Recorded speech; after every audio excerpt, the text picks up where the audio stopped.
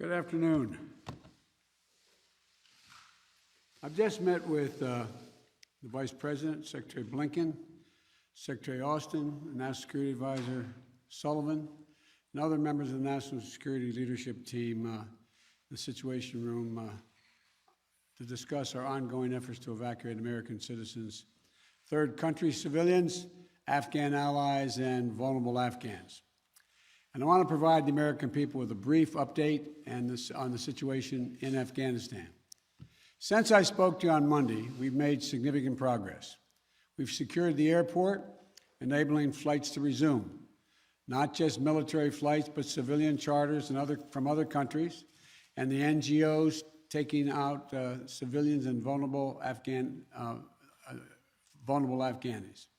And now we have almost 6,000 troops on the ground, including the 82nd Airborne, providing runway security, the Army 10th Mountain Division standing guard around the airport, and the 24th Marine Expeditionary Unit assisting the civilian departure. This is one of the largest, most difficult airlifts in history, and the only country in the world capable of projecting this much power on the far side of the world with this degree of precision is the United States of America. We've already evacuated more than 18,000 people since July and approximately 13,000 since our military airlift began on August the 14th. Thousands more have been evacuated on private charter flights facilitated by the U.S. government. These numbers include American citizens and permanent residents, as well as their families. It includes SIV applicants and their families, those Afghans who have worked alongside us, served alongside of us, gone into combat with us, and provided invaluable assistance to us, such as translators and interpreters. The United States stands by its commitment that we've made to these people, and it includes other vulnerable Afghans, such as women leaders and journalists. In fact, working in close coordination with the management of the New York Times, the Washington Post, and the Wall Street Journal, we have successfully evacuated all 204 of their employees in Afghanistan on U.S. military aircraft earlier this week. We've established the flow of flights, and we've increased the number of people we're moving out of the country. We paused flights in Kabul a few hours this morning to make sure we could process the arriving evacuees at their transit points. But our commander in Kabul has already given the order for outbound flights to resume. Even with the pause, we've moved out 5,700 evacuees yesterday, and we're working on a variety to verify that number of the Americans who are still in country as we work on this, because don't have the exact number of people who are Americans who are there, and those who may have come home to the United States. We want to get a strong number as to exactly how many people are there, how many American citizens, and where they are. Just yesterday, among the many Americans we evacuated, there were 169 Americans who we got over the wall into the airport using military assets. We're also facilitating flights for our allies and our partners, and working in close operational coordination with NATO on this evacuation. For example, we provided overwatch for the French convoy bringing hundreds of their people from the French embassy to the airport. These operations are going to continue over the coming days before we complete our drawdown. We're going to do everything that we can to provide safe evacuation for our Afghan allies, partners, and Afghans who might be targeted because of their association with the United States. But let me be clear. Any American who wants to come home, we will get you home. But make no mistake, this evacuation mission is dangerous. It involves risks to our armed forces, and it's being conducted under difficult circumstances. I cannot promise what the final outcome will be, or what it will be, that it will be without risk of loss. But as Commander-in-Chief, I can assure you that I will mobilize every resource necessary. And as an American, I offer my gratitude to the brave men and women of the U.S. Armed Forces who are carrying out this mission. They're incredible. And as we continue to work the logistics of evacuation, we're in constant contact with the Taliban, working to ensure civilians have safe passage to the airport. We are particularly focused on our engagements on making sure every American who wants to leave can get to the airport. Where we have been seeing challenges with Americans for Americans, we have thus far been able to resolve them. We've made clear to the Taliban that any attack on our forces or disruption of our operations at the airport will be met with swift and forceful response. We're also keeping a close watch on any potential terrorist threat at or around the airport, including from the ISIS affiliates in Afghanistan who were released from prison when the prisons were emptied. And because they are, by the way, and make everybody understand that the ISIS in Afghanistan have been the sworn enemy of the Taliban. I've said all along, we're going to retain a laser focus on our counterterrorism mission, working in close coordination with our allies and our partners, and all those who have an interest in ensuring stability in the region. Secretary Blinken, who's with me today, met this morning with our NATO allies in consultation about the way forward, so that Afghanistan cannot be used in the future as a terrorist base to attack the United States or our allies. For 20 years, Afghanistan has been a joint effort with our NATO allies. We went in together, and we're leaving together. And now we're working together to bring our people and our Afghan partners to safety. In the past few days, I've also spoken directly with the British Prime Minister, Mr. Johnson, Chancellor Merkel of Germany, and President Macron of France. We all agreed that we should convene, and we will convene, the G7 meeting next week, a group of the world's leading democracies, so that together we can coordinate our mutual approach, our united approach on Afghanistan and moving forward. We are united with our closest partners to execute the mission at hand.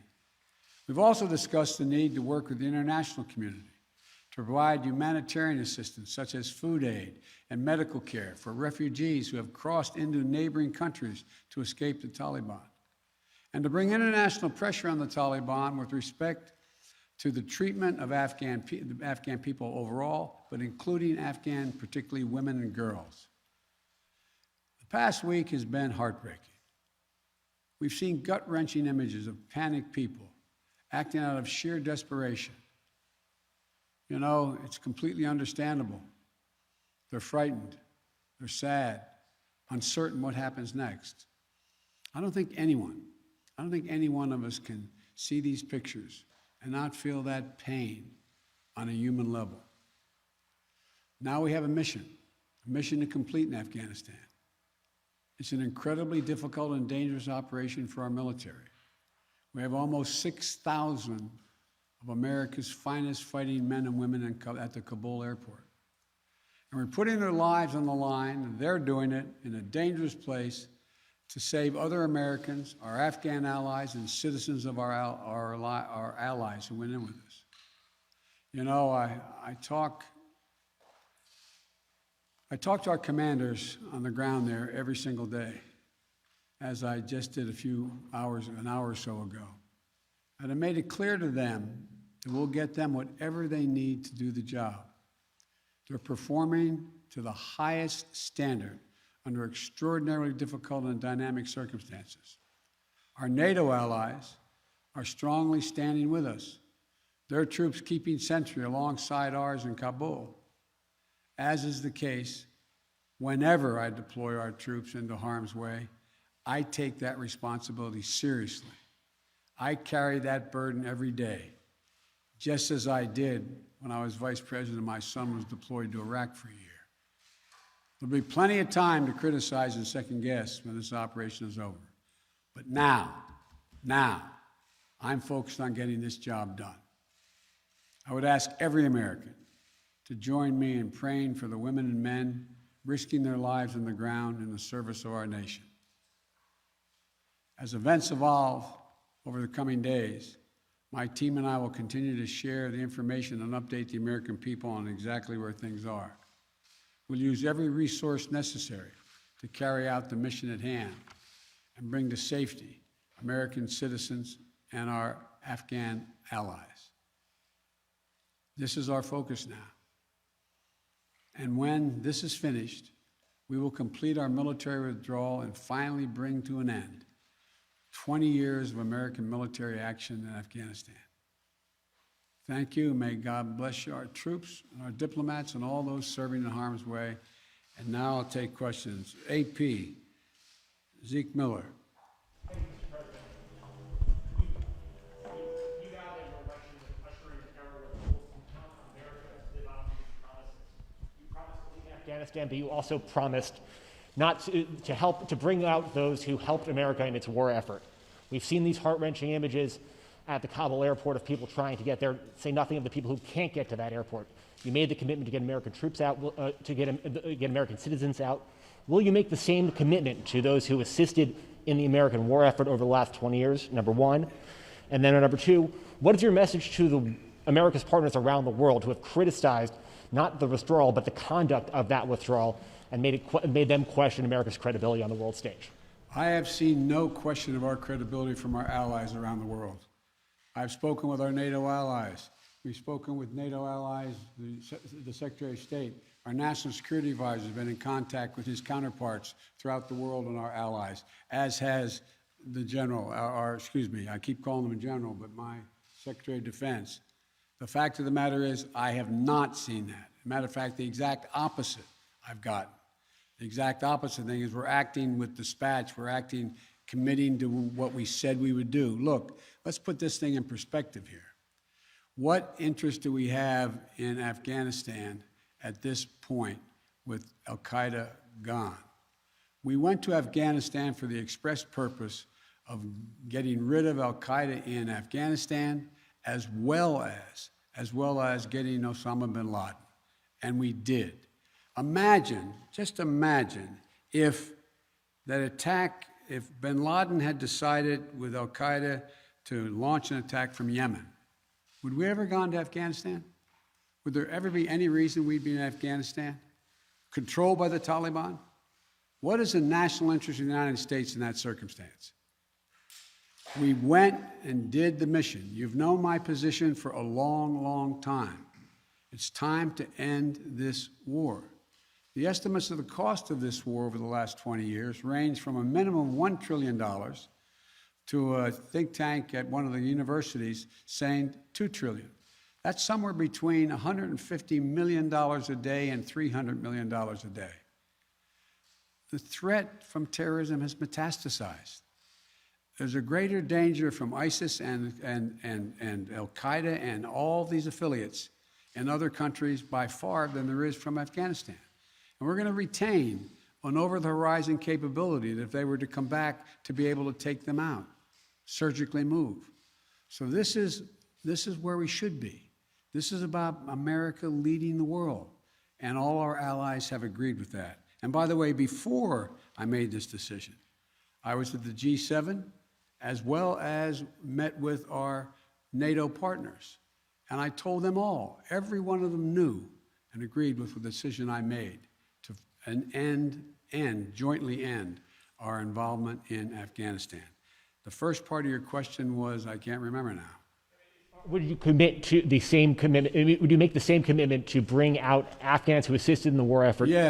Yes, we're making the same commitment. There's no one more important than bringing American citizens out. I acknowledge that. But they're equally important almost is all those SIVs, we call them, who in fact helped us. They were translators. They went into battle with us. They were part of the operation. As well as we're also trying to get out as many NGOs, non-government organizations, women's organizations, et cetera. We're doing all we can. In the meantime, Secretary Blinken and I am going to be working with our allies to see to it that we can bring international pressure on the Taliban they're looking to gain some legitimacy. They're going to have to figure out how they're going to maintain that country. And there's going to be harsh conditions, strong conditions we're going to apply, and it will depend on whether they get help based on whether or not how and well they treat women and girls, how they treat their citizens. So this is just beginning on that score.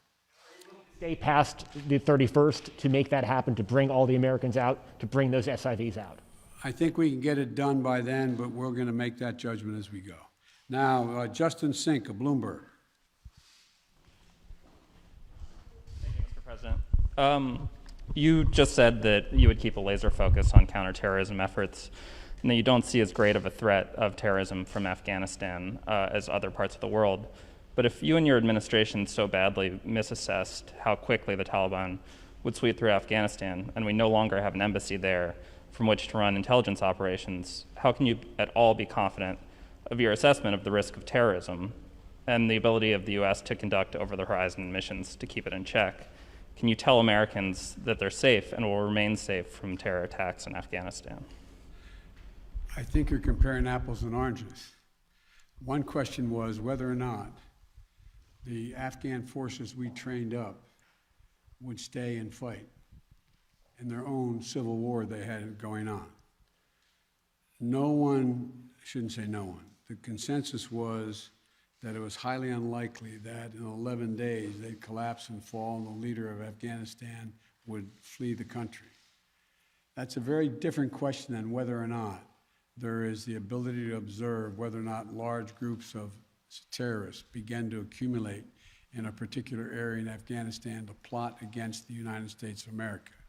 That's why we retained an over-the-horizon capability to go in and do something about that if that occurs. But in the meantime, we know what's happened around the world. We know what's happening in terms of what's going on in other countries where there is a significant rise of terrorist organizations in the Middle East, in East Africa, and other places. And so the bottom line is we're dealing with those terrorist threats from other parts of the world and failed states without permanent military presence there. We have to do the same in Afghanistan. Sir, just on that initial assessment, we learned over the last 24 hours that there was a dissent cable from the State Department. Sure.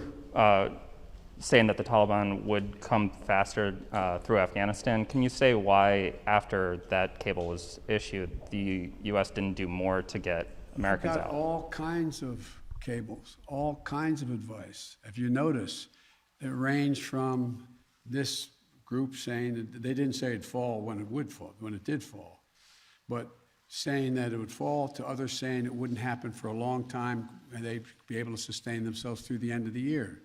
I made the decision. The buck stops with me. I took the consensus opinion. The consensus opinion was that, in fact, it would not occur, if it occurred, until later in the year. So it was my decision. Now, my next is Stephanie Ramos, ABC. Thank you, Mr. President. 2 questions for you. The military has secured the airport, as you mentioned, but will you sign off on sending U.S. troops into Kabul to evacuate Americans who haven't been able to get to the airport safely? We have no indication that they haven't been able to get in Kabul through the airport. We've made an agreement with the Taliban thus far. They've allowed them to go through. It's in their interest for them to go through. So we know of no circumstance where American citizens are carrying an American passport are trying to get through to the airport. But we will do whatever needs to be done to see to it they get to the airport. And one more, Mr. President. Last month, my colleague Martha Raddatz interviewed Abdul, an interpreter who was on the front lines with U.S. forces in Afghanistan. Overnight, we received a photo of Taliban militants coming to the door of his home, literally hunting him down. Thankfully, he was able to escape, but he is obviously still in mortal danger.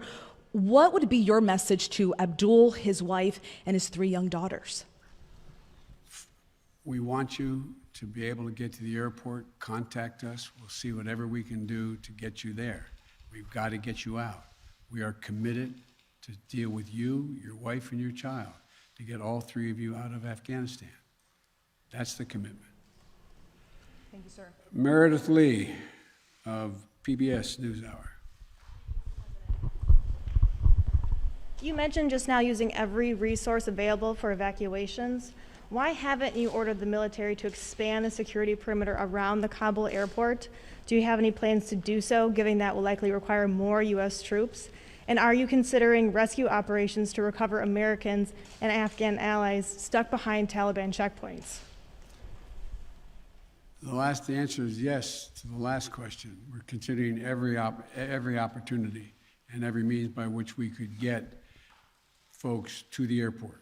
That's number one. Number two, the reason why we have not gone out and started and set up a perimeter way outside the airport in Kabul is that it's likely to draw an awful lot of unintended consequences in terms of people who, in fact, are not part of the Taliban. We've been in constant contact with the Taliban leadership on the ground in Kabul, as well as the Taliban leadership at Daho.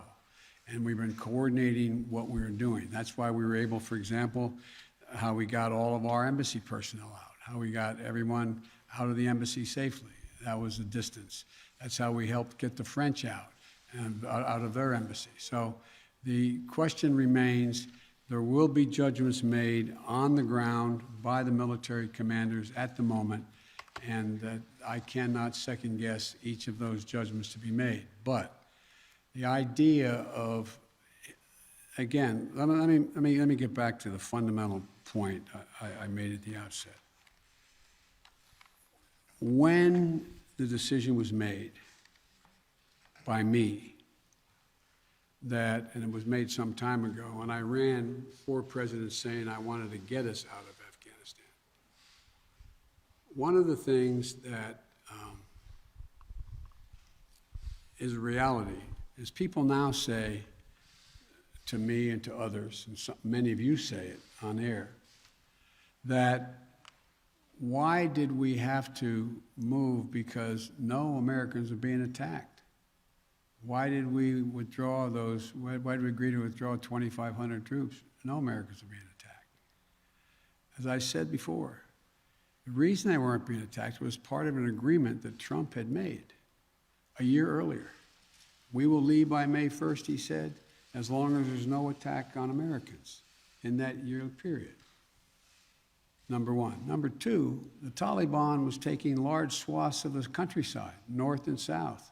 None of the major areas, none of the major points of the capitals of each of these provinces. But they were all over the country. And the idea that if I had said on May the 2nd or 3rd, we are not leaving, we are staying, does anybody truly believe that I would not have had to put in significantly more American forces, send your sons, your daughters, like my son was sent to Iraq, to maybe die? And for what? For what? So the only rational thing to do, in my view, was to set up and pre-position American forces for the purpose of evacuation, and the aircraft to pre-position those ahead of time so that we would be able to begin the process of evacuation of American citizens, SIVs, and others who helped us. The last point I'll make is this. Look, if we had decided 15 years ago to leave Afghanistan, it would have been really difficult. If we decided 5 years ago, if we continued the war for another decade and tried to leave, there's no way in which you'd be able to leave Afghanistan without there being some of what you're seeing now. But what we've done so far is we've been able to get a large number of Americans out, all our personnel at the embassy out, and so on. And thank God, so far, knock on wood, we're in a different position. Scott Detro. Scott, NPR. Thank you, Mr. President. I just want to follow up on something you said a moment ago. You said that there's no circumstances where American citizens cannot get to the airport. That doesn't really square with the images we're seeing around the airport, with the reporting on the ground from our colleagues who are describing chaos and violence. Are you saying unequivocally that any American who wants to get to the airport is getting there and getting past the security barrier and to the planes where they want to go? I thought the question was, how can they get through to the airport outside the airport? And the answer is, to the best of our knowledge, the Taliban checkpoints, they are letting through people showing American passports. Now, that's a different question when they get into the rush and crowd of all the folks just outside the wall near the airport. That's why we had to, I guess, was it yesterday or the day before, we went over the wall and brought in, how many? 169 Americans. So it is a process to try to figure out how we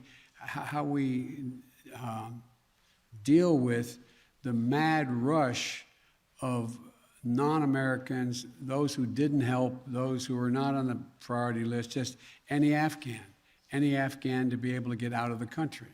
And so my guess is that no matter what, under what circumstances there's not a whole lot of Afghanis, there's a whole lot of Afghanis that just as soon come to America, whether they're any involvement with the United States in the past at all, rather than stay under Taliban rule or any rule. So what I was saying is that we have an agreement that they will let pass through the checkpoints that the Taliban control, let Americans through. But given this, given the negotiations with the Taliban, the scenes that we're seeing, can you just fully explain why the plan wasn't to go ahead with these evacuations of both Americans and allies before the drawdowns began, before Bagram was closed, looking back several months? Because whether it was now or several months from now, there seems to be a broad consensus that the Taliban would make these gains and these would be needed at some point. Well, yeah, at some point. But the point was that although we were in contact with the Taliban and Doha for this whole period of time, that some point wasn't expected to be the total demise of the Afghan National Force, which was 300 persons. Let's assume the Afghan National Force had continued to fight and they were surrounding Kabul. Be a very different story, very different story. But the overwhelming consensus was that they were not going to collapse. The Afghan forces, they were not going to leave. They were not going to just abandon and then put down their arms and take off. So that's what happened. Thank you very, very much. Thank you. Why do you continue to trust the Taliban, Mr. President? Why do you continue to trust their pledges, Mr. President?